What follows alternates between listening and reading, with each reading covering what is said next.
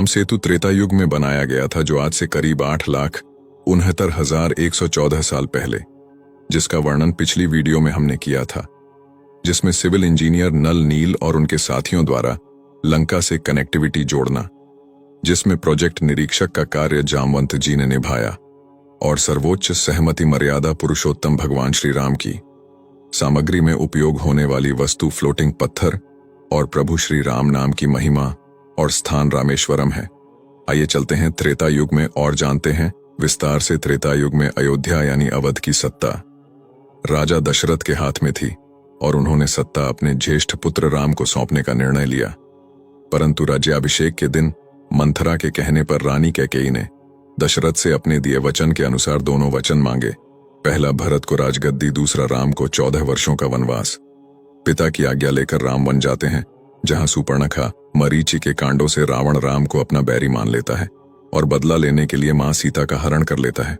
फिर युवराज राम का मर्यादा पुरुषोत्तम श्री राम बनने का सफर शुरू होता है, क्योंकि वो चाहते तो आराम से कई राजाओं की मदद लेकर या अकेले ही ईश्वरीय रूप से रावण का वध कर सकते थे, पर उन्होंने सब कुछ ऐसा किया जो एक आम इंसान कर सकता है।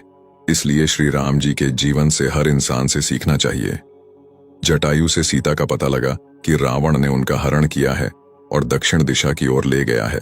सुग्रीव के नेतृत्व में राम ने सभी अपने प्रिय भक्त हनुमान और जामवंत जी के अनुभव की सहायता से लंका के समुद्र के इस ओर आ चुके थे। अब बस समस्या थी समुद्र को पार करना। ऐसे में उनकी सेना में मौजूद सिविल इंजीनियर नल और नील काम आए और डिजाइन तैयार हुआ। साथ ही साथ निर्णय लिया गया कि पत्थर की सहायता से पुल बनाया जाएगा। नल, नील और वानर सेना की मदद राम सेतु को 100 योजन लंबा और 10 योजन चौड़ा बनाया गया था। पहले दिन 14 योजन और दूसरे दिन 20 योजन राम सेतु का निर्माण किया गया। तीसरे दिन 21 योजन, चौथे दिन 22 योजन और अंतिम दिन अर्थात 5वें दिन 23 योजन श्री राम सेतु बनाकर तैयार किया गया था। इसका विवरण वाल्मीकि रामायण के युद्ध कांड के श्लोक 68 से 76 में दिया गया है। पर पत्थर डालते ही वह डूब गया। ऐसे में जामवंत ने मेंटर का काम किया और पत्थर को समुद्र तल पर रखने के लिए उस पर राम लिखा और सबने मिलकर समुद्र देव से विनती की। बस वानर सेना उत्साह से भर गई और राम सेतु बनकर तैयार हो गया, जिसकी लंबाई 100 योजन थी। यह सब विवरण आपको वाल्मीकि रामायण में मिल जाएगा। कुछ लोग यह भी कहते हैं कि भौगोलिक परिवर्तनों के कारण इतनी लंबाई हुई होगी, लेकिन इसे स्पष्ट करना काफी कठिन है, क्योंकि वास्तविक राम सेतु की लंबाई 48 किलोमीटर है और 100 योजन लगभग 800 किलोमीटर से 1200 किलोमीटर के बराबर है। क्योंकि भारतीय उपमहाद्वीप के विभिन्न हिस्सों में योजन को अलग तरीके से मापा जाता है। योजन की लंबाई विभिन्न भारतीय खगोलविदों द्वारा अपनाए गए विभिन्न मानकों के आधार पर भिन्न होती है।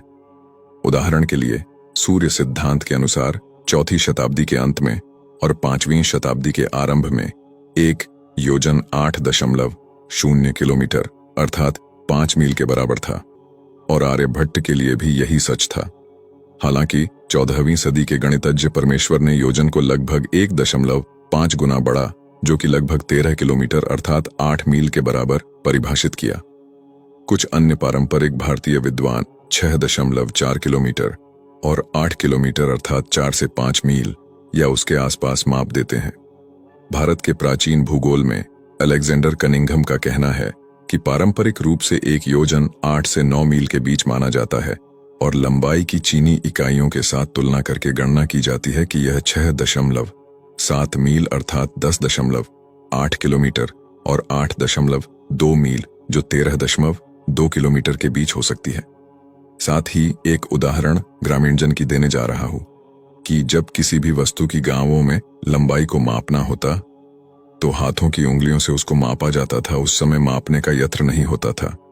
तो ऐसे ही लाखों वर्ष पहले माप की इकाई भिन्न हो सकती है, क्योंकि आप गत कुछ वर्षों या 100-200 वर्षों की बात नहीं कर रहे हैं, अपितु आप 8 लाख वर्ष से भी पहले हुई घटना की बात कर रहे हैं। यह स्पष्टीकरण का एक पक्ष है जो इसको काल्पनिक मानते हैं।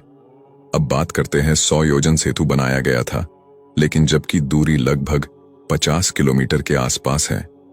वैसे इस संदर्भ में कई व्यक्तियों ने अपने उत्तर दिए हैं और कहा है कि यह अतिशयोक्ति हो सकती है, लेकिन ध्यान देने वाली बात यह है कि युद्ध कांड में प्रत्येक दिन की राम सेतु निर्माण प्रगति का विशेष उल्लेख किया गया है।